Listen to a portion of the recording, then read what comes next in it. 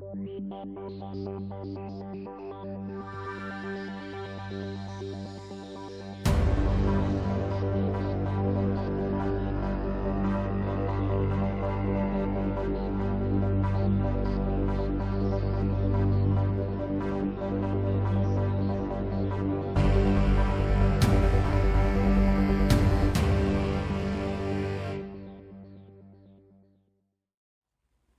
I'm Pantazi. Today we're going to talk about triage. Now, in our curriculum at Kyusho International, we always start with the revivals because we need to know how to restore what we're causing difficulties with in the human physiology and functionality. So we have these drills, and it goes beyond the revivals. Now, we have four levels of revivals. We have for a heart constriction. We have for cessation of breath where the person stops breathing. We also have one for a neurological knockout, and then also for a vasovagal syncope or fainting. Now, we've been working with the Johann Soken notes lately, and many of the targets involve fainting. So we have the four levels that we work with, and we need to get a sense of urgency in people and a sense of panic or time constraints. That way they understand the urgency to revive the person, so there's less discomfort and a faster recovery period, because the longer you let someone go, the more the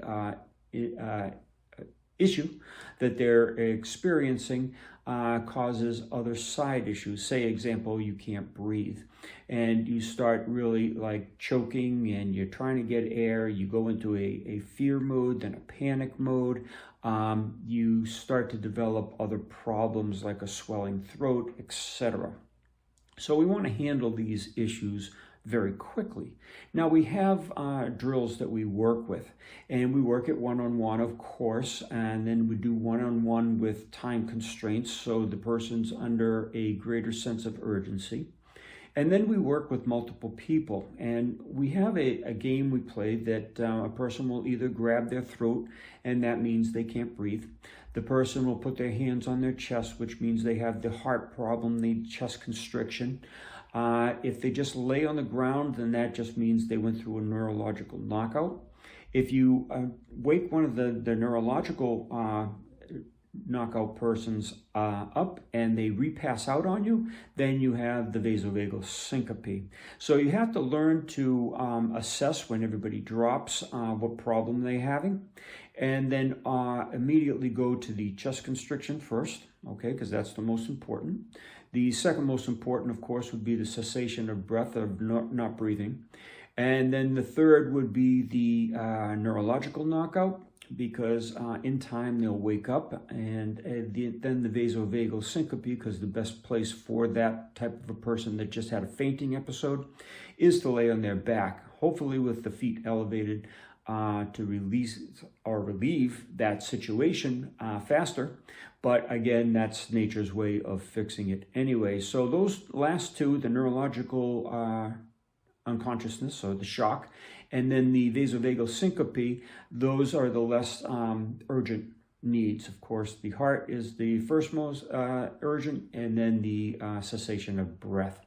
Now, you're going to see in the extended video, we're going to do, first of all, a vasovagal syncope knockout where the person goes unconscious. We try to revive them. You see that they're not with it. They repass out, and their coloration of skin changes. They go from red at first, and then into white, and then into red and white blotchiness. They can go into sweating, they get cold, they get nauseous, many different things.